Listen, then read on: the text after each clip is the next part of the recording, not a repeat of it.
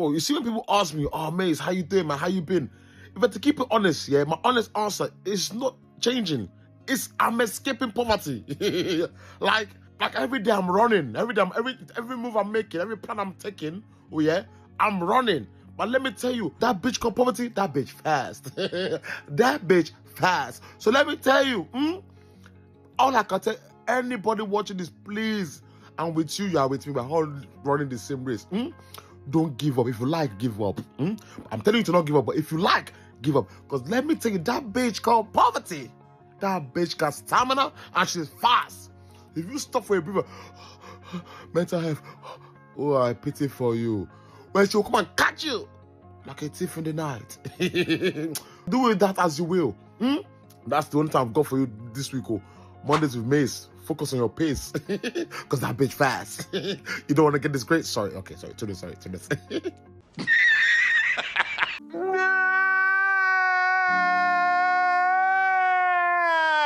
You may be wondering why I put a laughing meme and then a crying meme after the first TikTok video by Charlie Mace. Laugh because it's funny. He's a funny guy. Even though he was talking truths, he dropped it in a funny way. Big up Charlie Mace. Yeah. Cry because the reality is poverty is running after us and we have to prevail, and there's a lot of pressure. Which brings me onto the subject of my video today, the attack on the family structure. But first of all, welcome. If you're new to my channel, I'm K-Souls, back here with another video. As we do, let's get into it. So yeah, the reason why I decided to talk about this today is because I've stated before, I like to be transparent. I like to talk about things I go through. YouTube is like therapy to me. Right now, everyone knows there is a cost of living crisis. Things are going up. The other day I looked at all my expenditure and my finances, and I realized that the way that I need to make sure I cover everything, I've got a lot of expenditure, a lot of expenses. The way what I need to do to cover everything and survive and build, I'm gonna have to work harder. And that sounds simple, right? It seems, all right, yeah, just put in more work. That's what people say. But when you have a family, it ain't that easy, especially a young family. I've just had a baby recently. Well, we've had a baby, and my child is 6 months old. And my missus needs me in the house more than ever because, you know, it's not easy to raise a child. A mother and father should collaborate on that. And I know that mothers are the nurturers and, you know, they look after the child, but it's a lot. It's a lot. When you're dealing with a newborn, it's good to lean on the support you do have. And of course, if you have a man, then, you know, we should be able to help. That's how it should be. Even though we're the providers and we go out to work, we should be able to help. And basically, if I already work hard, I already go hard, I've always been a grinder, right? And I've had past relationships suffer because of that. But now I'm smarter and I know that I need to consider the family. You know what I mean? So, and the reason why I say that is because a lot of family breakdowns, I think a lot of reasons why families split is because of the pressure and stress of finances a lot of the time. And not just money or lack of money, mainly because when you're both working hard, yeah, you spend less time with each other. You probably bring home the stresses of your job, and then two people being stressed. Even if you're the mothers at home with the child. That's, to me, that's still a job. I respect that as a job. I'm going to do a video soon about parenthood in 2025. Trust me, it's not easy. It's not easy. So it is a full-time job. You know, we'll go into that more later. I don't want to go off topic, but it is a job, and so is going out. So when you're both stressed from your jobs, you know, and you come together, you're probably more sensitive to things, and that can cause argument. Your missus could be stressed because she's been alone looking after the baby, and she's had to deal with that. She ain't had no adult company, yeah? And then you're stressed because you've worked hard. Maybe all you want to do is come home and sleep or rest, or maybe your boss has pissed you off and you're not in the mood. And if your missus is working as well as a family woman, she may have the same stresses. And then you come together, and then maybe something that would have just been a normal conversation could turn to an outburst. Now you're at loggerheads, and then you don't even have much time to resolve it. So you could end up not speaking to each other and harboring feelings and emotions, and then it just gets worse and worse and worse, and it's a breakdown because it all started with both of you being stressed because of working so hard, yeah, or stressed because of finances. I've been there before, so I know how that goes, yeah. Usually we always say, oh, she did this, he did that, she said this, she did that, but really and truly, you're both more fragile because you're stressed a lot of the times in relationships, right? So I've learned that the hard way, and now I'm in this situation now. I'm thinking, okay, I don't want to do the same thing I did before, because I've had a failed relationship because of that same thing, right? Of, you know, thinking to myself that, oh, I got to grind. I'm a man. I need to grind and not being home much and just always working. Do you know what I mean? But now I'm older, mature. I'm like, you know what? I need to find a balance. But the moment I found a balance, it feels like the goalpost to survive, it has been moved further. So like now, in order to survive, you have to work hard, right? So I'm going to have to work out how I can juggle the two, because I do want to be home more. I do want to spend time. I want to raise my child. I want to be there for my missus. Do you know what I mean? That is my goal. And does that override the bag? But can't really override the bag, because you need the bag to survive.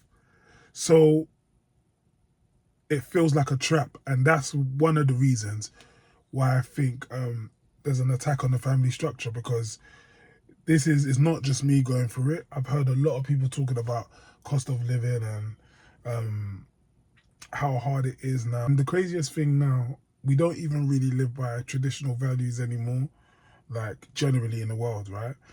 Now women are working and having kids. So that puts pressure on them even more. So remember I said being a mother is already a job. So imagine having to juggle another job that you go to. Do you know what I mean? Sometimes even a part-time job, yeah, is a bit techie. But to have to worry about two jobs is definitely going to make a woman stressed, yeah? And something suffers. It's like you now have to let the system take care of your kid, yeah? Or you have to get a nanny, or whatever it is. Even those things are not cheap. Those things are another expense. The price of a nursery right now is probably the same price or more as your rent. It's very hard to live on one salary in the UK. The average salary is 37k, and 37k cannot cover everything you need in a household. I know a lot of people are gonna be like, oh, and what I see is, oh, you need to upskill, or what's the other one? Work smart, not hard. Now, me personally, I've already put things into place where eventually I will be working smart. But to work smart, you have to build up on things. Like you have to create an infrastructure for you to be able to earn money while you sleep, basically. And we're working on that. Again, I've upskilled myself, but still, in this UK, you still have to go hard, and it doesn't solve all the problems, because even if you, whatever you do, the first one I agree with, the working smart, but the upskilling one is like, you might just chase another wahala. If you upskill, you're earning a bigger salary, you might still be out of your house, because you have to, even if you got a remote job, the mental strain of having a big role maybe and having to do a lot and being responsible for more can affect your family life. I've seen it. I've seen it. I've seen big lawyers commit suicide because they can't be present for their family, and their work's so demanding, and it's only their family that's enjoying the money, not them. They're not enjoying their time. Do you know what I mean? So you could walk into that problem. The main concept I'm talking about is like the attack on the family structure, which means that there's all these little things that actually keep you away from being the family man that you may want to be. So people can say all these things, but it doesn't really solve the problem. Because of the pressures, parents are forced to put their children in nursery at a very early age. Like, I think it's wild. If your child is under 1, I think it's a bit mad if you have to go the nursery route. Do you know what I mean? I'm not saying there's any problem with it. You got to do what you got to do, but this is why I'm talking about the attack on the family structure. If life was fair, I believe you should be able to raise your child alone as 2 parents, at least up to 1 minimum before they go to nursery, because I believe you have to build their foundation as parents. Do you know what I mean? Give them all the love you can give, the attention, be present. And I think that will be a good foundation for them to go anywhere. But a lot of parents are not able to do that because of the way the way life is and the way finances work out and all of that stuff. But even that is an expense. Do you get what I'm saying? And then you could choose to go the nanny route, but again, it's the same, for me, it's the same thing. I think the child should be able to be with their parents the majority of the time. Do you know what I mean? But the way we have to work these days, that ain't the case. So that's why I think it's an attack on the family structure.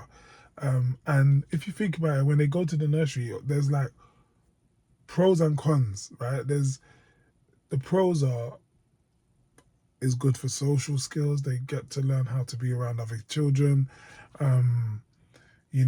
They build their immune system because they're gonna probably get different illnesses, sicknesses that they're not used to, but their immune system will learn those things and learn how to fight them off eventually.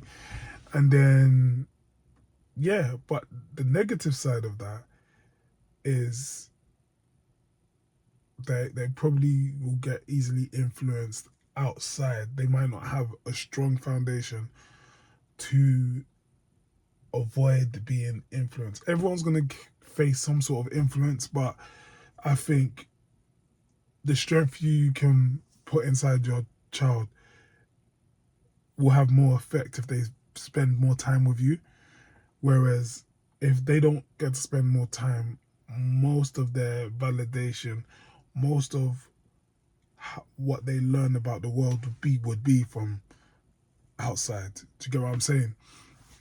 So again, that's another wound that can be created by the breakdown of the family structure. Before we move forward, watch this video. Financially, does it even make sense to be working in the United Kingdom when you're a mother? By the time I go to work, I didn't go to work. I just paid for nursery fees. So after tax, you will see a minus. Tell me how that makes sense. I should leave my child, not get to see them, come back with rashes, sickness, flu, and whatever crap you get when you leave them in nursery, and then be broke as well. Universal credit at this point is making more sense for mothers than going to work. You're looking sideways at mothers on universal credit, taxpayers' money. You go and calculate the costs and then come back to them and let them know how it's going to fucking work. And these companies that are kid-friendly, How friendly are you? So when we're having that Zoom call and you hear the baby in the background or the kid playing and you say to me, oh, is that a baby?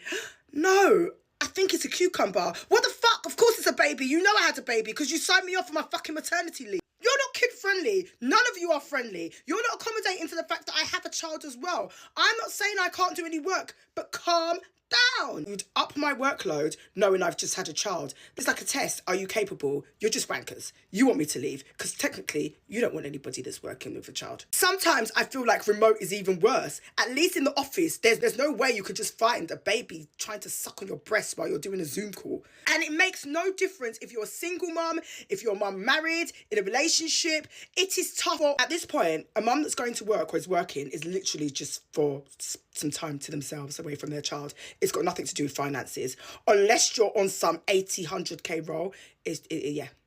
So you see what she's saying? It doesn't really seem worth it when you think about it. Do you know what I mean? And you could go the universal credit route or whatever, but even that, yeah, you can, I guess, be present for your family, but that can bring more stress because with universal credit, I don't even think you can fully survive. You probably need extra help, but it's just something to help you manage. Do you know what I mean? But no one really wants to live like that. Do you get what I'm saying? So I think it kind of brings stress and problems there. You might be present physically, but you might not be present mentally. So even though that sounds like an answer, it might not be. I mean, for some mothers, it makes sense. Do you know what I mean? Especially if you haven't got any extra support, it makes sense to go down that route rather than go and stress yourself with work and all of that. Do you know what I mean? But yeah, so that's one way I think that's one reason why I think there's an attack on the family structure, because I just feel like it's hard for parents to be present in this day and age with all the costs rising and everything. I really do understand when people say they don't want children. Yeah. Then you've got this whole LGBT thing. Now, I know that movement may have been needed because at the end of the day, people that weren't heterosexual had to stay under the radar or were judged, threatened, and obviously this movement empowers them now, which is fine. Correct me if I'm wrong, right? But doesn't it seem like there's an agenda to push this onto people, especially the young people? I don't know, maybe I'm seeing it one way, but that's what it seems like. A lot of media is pushing all of that stuff. And of course, it's good to be educated on it, right? So I don't have a problem with people learning. You know, we all have to coexist together. But I just feel that let people make their own choices. Let things be inclusive, whatever. But the main thing is, if you're pushing this on kids that don't really know who they are, what they are yet, or are still discovering, it has an influence on the decisions they make in life. And it might not be who they truly are, just what they've seen or what seems normal. I don't think anything should seem normal. I think individuals should look within and learn themselves, and then whatever that means, it means. But I just think there's an agenda to push, you know, this whole alphabet thing. How does this have an effect on the family structure? I just feel that if they can prevent man and woman from being together, maybe less kids are born. Maybe we'll focus more on science to make babies. And I don't know. I just think that there's something in that. The more people that are gay, the less families I think will be formed, biologically especially. Do you know what I mean? So that seems like an attack on the family structure. Now, before I move further, where does this attack come from? So, because I keep saying it, people may be like, who's doing this? Like, what are you talking about? As Christians, we would say it's the enemy, and we would say these are spiritual attacks on the world, right? And then if you want to look at it another way, you could say the system, right? The system. Okay? So that's that. Another way I believe there's an attack on family is through all these gender wars that you see online. Yeah? All these gender wars that you see online. On social media, you see a lot of people talking on podcasts about men versus women. Men are this, men are that, women are this, women are that.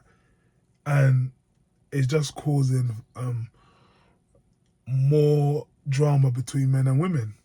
And what it's actually doing, especially like when you look at the red pill content and content that celebrate women being independent, what that just does is make women celebrate being independent, aspire to be independent, yeah, and men say that they don't want to settle down, and if they are gonna settle down, they have to be rich. They want to be able to feel respected, yeah. It could be in a toxic way, I don't know, but they want to feel respected. And the way a lot of these internet gurus or red pill people should suggest that you'll be respected is if you have money, if you're rich. So a lot of men don't want to settle down until that happens. And then a lot of women either want to be independent, yeah, because they're celebrated in that way, or they only want to settle for a rich man to provide financial stability. Now, that sounds all good, right? But the truth is, yeah, because this content has been heightened, a lot of people are far removed from reality. And let's be honest, not everyone is going to be rich. Like, there's like the majority of people are going to be average, and there's going to be a certain percentage of people that will be rich. That's not to say you shouldn't dream big or aim for the best in your life. That's just to say that we have been taught to just put the bag before creating family and put the bag before connection. Another attack on the family structure. Because think about it, yeah. I think, right, family doesn't start at success, right? It's okay to build in a family, and I'm not saying anyone should go for anyone broke or anyone should not have nothing and just start a family. I'm just saying that it's okay to fall for someone. Make sure they're the right person for you. Make sure they have drive in life. They want to be something. They want to build and they want to be successful. And get together and hit the drawing board and make it work together. There's not a problem with that, but we're taught that there is a problem with that. And that's just by a few examples of people that have been through shit and maybe they've passed down to their daughters, or maybe they're using their trauma to govern how they will act. But then you've got the big media pushing the narrative onto us and making it seem like that's how life should be, but not necessarily. I wonder how the world would be with all this fighting with the genders and all of that. I wonder how the world would be when like the millennials and below, the Gen Zs and below, get to their golden years. I wonder what the world would look like. Would there be a lot of lonely people, or do we not care about people no more? We're just here for the hookup culture because people are still having sex. Let's be real. But I don't think it's good for the spirit to live like that and then not have no one or not build proper connections. I think it's a bit damaging. So how will people be if we all run with the narrative that is put in front of us? Even with the whole having children, a lot of women don't want children. And to be honest, like I said, because of the pressures of it and what I said at the beginning of this video, I actually get it. I get it. I'm not gonna say, oh, you should want kids. It's hard. You might just put yourself in a mad struggle. And a lot of women are saying we don't have to be traditional women no more. We can actually just have careers, and some don't even feel like they need a man. I've been on some Instagram posts, you know, you get like reels. Like I get, because I've got a child now and Instagram has probably listened to me speak, I get a lot of reels that show the struggles of raising children, like baby reels and things like that. And on some of them, I've seen women in comment sections that suggest that having a baby is like the worst thing to do. It will ruin their life, you know. And a lot of women talk about the loss of feeling like themselves and all of that. And postpartum is a real thing. So now we're in an age where a lot of women are saying it ain't worth the squeeze. Like, it ain't worth it. Do you know what I mean? And I get it, but again, attack on the family structure. That's what people are led to believe. And it's not just, I'm not saying it's not true. I'm saying that the pressure that society puts on us has resulted to this. The pressure that society puts on a family has resulted to this. Do you know what I mean? So it's crazy out here. And honestly, I think if you break down the family, you break down the person. Yeah? And then you get control. If there is a system, if there is, let's just say if they want control over you, if they want to govern your life, yeah, the first step is to break the family unit. That's it. Because that gives birth to so many things. Like, I believe that if everything was right with the world before sin came in, family is a form of love and care. It's support system. It's where you learn about yourself. You learn from the people that share the same blood before you. And I know not all situations are like this. That's why I said before sin, if everything was right with the world, life's not fair. Not everyone has family or has the opportunity to even explore what a family is. But if everything was right, that's meant to be our foundation in this life. That's who we learn from. We learn from our family. Do you know what I mean? We grow confident through our family. We gain wealth through our family. With a family, it's easier to generate generational wealth because there's more people working at it than someone being independent. And I think this affects black people the most because economically, we are one of the races that are actually struggling. And even though there's rich people and successful black people, yeah, well done.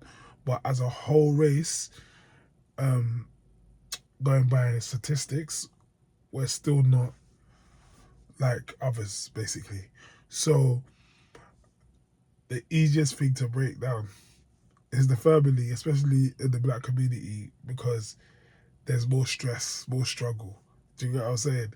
And I feel like we're still recovering from what has happened in the past. But if you break down the unit, or there's more pressure on the unit, and the parents cannot be present, the children rely on outside validation, their self-worth is compromised, and then you create a cycle of badly raised people. Not because of the parents, just because of the way life is for that family. Do you get what I'm saying? So I just wish moving forward that as a people, not just everyone, not just black people, but generally, we start valuing family more and understand how effective it can be to be present as family members, as parents, because we are the ones raising the next generation. And if we're not careful, the world's just going to be messed up. And it was written, so I don't know whether to even expect any better. But just to be one, just to highlight, like, it's a problem when there's an attack on the family structure and we're just living life and it's like secretly happening, and we're wondering why children are turning out the way they're turning out, and we're wondering why shit may be worse on these streets. Do you get what I'm saying? It all starts with the home, it all starts with the family. Think about this, right? The era where parents are having to work harder than ever and can't be as present in their children's life is the same era that we have these screens, right? Computers, laptops, phones, tablets that have so much information and has a lot of things for kids to do on them, right? And not only are the kids now relying on these things to learn and to understand the world, yeah, in their world, but as parents, we also sometimes need these devices to take a breath for ourselves or to silence the child. A lot of parents do that, right? You get peace when your children are looking at the screens. But as parents, we're working more, we're doing more. So even the time we spend with them, it should be more precious. We should be more attentive. But the world has gone mad. We're all relying on these screens. And these screens are guiding our kids. And I don't know if it's in the right way, because that's where they seek their validation now. That's where they learn what the screens say beauty is. That's where they learn what the screens say intelligence is. That's how they learn red pill. People have seen this adolescence program on Netflix. That's from the screens. That's social media. So it's mad how, and do you know what? I'm not blaming this part on the parents. I'm not saying, oh, parents need to make sure their kids don't have phones. And I'm not saying all of that, because I know we also need it in this society. The world has changed. But what my point is the information that's been put on these phones, on these screens, are pushed, right? Even if it's people like recording themselves, it's people that started Red Pill, it's people, right? It's just how it's being pushed. Like, some of these subjects are in your face, and I reckon that can be controlled, but it's not. Do you know what I mean? Like, it's like a narrative.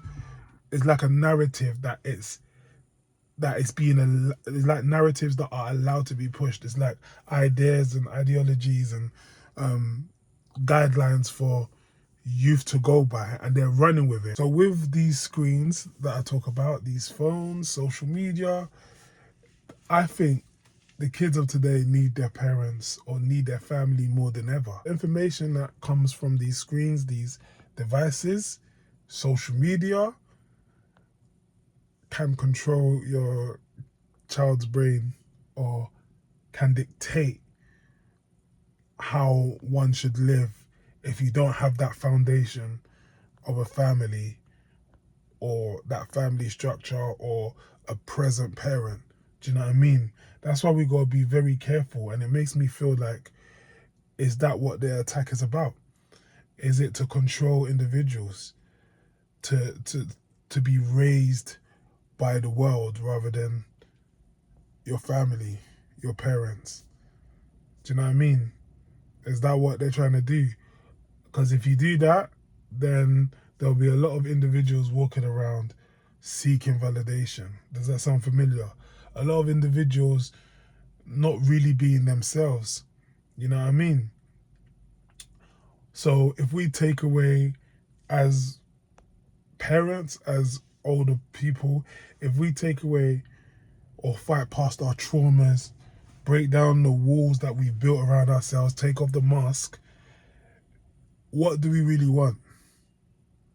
I think every human wants to be loved.